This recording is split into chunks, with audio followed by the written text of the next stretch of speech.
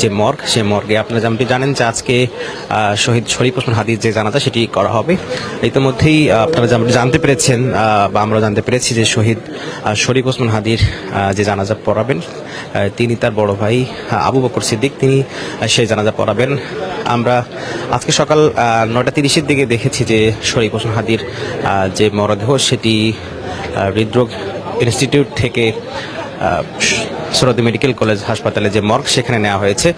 এর পরে আমরা দেখতে পেয়েছি যে ভিতরে অনেকে প্রবেশ করেছেন, সে অর্থে আসলে ভিতর থেকে সর্বশেষ যেটি অবস্থা সেটি আমরা জানতে পারিনি। আমরা দেখতে পাচ্ছি যে বিবৃতি অর্থাৎ শেষ আসলে এখানে কি হচ্ছে বা কি হয়েছে এই 2 ঘন্টা বা 1 ঘন্টা ধরে সে বিষয়গুলো জানানোর জন্য এখন এখানে হয়তো ব্রিফ করা হবে।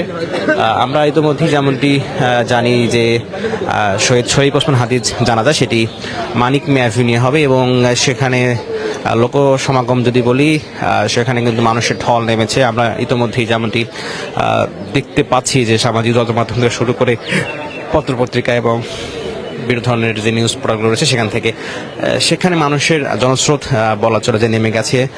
যদিও যে জানাজা সেটি হবার কথা আছে দুপুর 2টায়, কিন্তু তার আগেই মানুষের যে আসবার ভিড় সেটি আমরা লক্ষ্য করছি। আমরা যেমনটি জানি যে তাকে সে দাফন করার ব্যাপারে